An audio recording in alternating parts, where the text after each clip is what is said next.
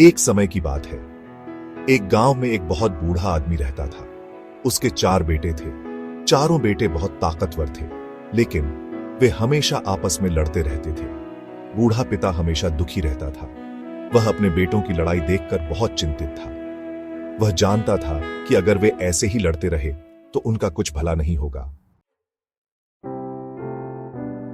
एक दिन बूढ़े पिता ने सोचा कि अब उसे कुछ करना होगा।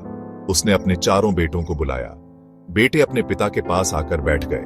पिता ने कहा, बेटों, मैं तुम्हें एक सीख देना चाहता हूं। बूढ़े पिता ने अपने नौकर से लकड़ी का एक गट्ठा लाने को कहा। नौकर लकड़ी का गट्ठा लेकर आया। पिता ने उसमें से एक लकड़ी निकाली। उसने अपने सबसे बड़े बेटे को लकड़ी दी और कहा, इसे तोड़ो। बेटा ने आसानी से लकड़ी तोड़ दी। फिर पिता ने दूसरी लकड़ी अपने दूसरे बेटे को दी। उसने भी लकड़ी आसानी से तोड़ दी। इस तरह चारों बेटों ने एक एक करके लकड़ियां तोड़ दी। अब पिता ने नौकर से एक मजबूत रस्सी लाने को कहा। उसने सारी लकड़ियों को एक साथ बांध दिया। फिर उसने अपने सबसे बड़े बेटे को लकड़ियों का गट्ठा दिया और कहा, अब इसे तोड़ो। बेटा ने पूरी ताकत लगा दी, लेकिन वह गट्ठा नहीं तोड़ सका।